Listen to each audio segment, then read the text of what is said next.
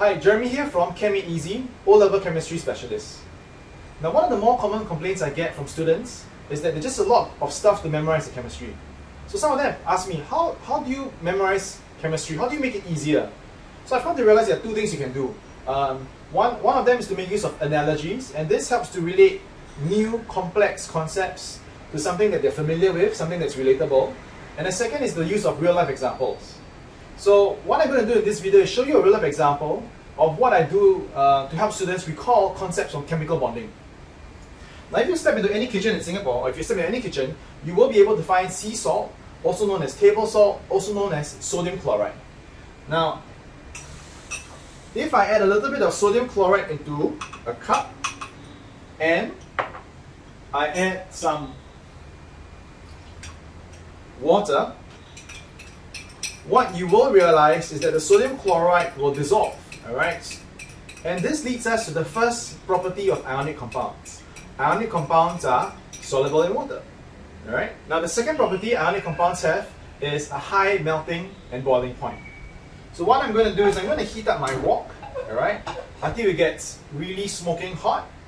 And then I'm going to put a little bit of sodium chloride in there, and we're going to see what's going to happen. So as it heats up, it will start to smoke. I'm not too sure if you can see this on the camera, but once it starts to smoke, you can add in your table salt, sodium chloride. And we're just going to leave it in there for a little while, and we're going to see what happens in a bit. So even after leaving it in there for some time, you will realize that nothing happens. And I'm just going to show that to you, alright? And the reason is because sodium chloride has a high melting point. And this is true for ionic compounds. Let's move on to the last property.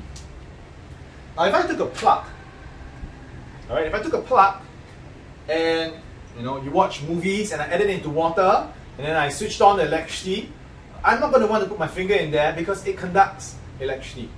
Aqueous sodium chloride, aqueous ionic compounds conduct electricity because of free moving ions. Alright? So I hope this short video has helped you to recall the three properties of ionic compounds. And the best part is this: simple covalent compounds have properties that are exactly the opposite. And that means simple covalent compounds will have low melting boiling points, they are insoluble in water, and they will not conduct electricity. See you next time.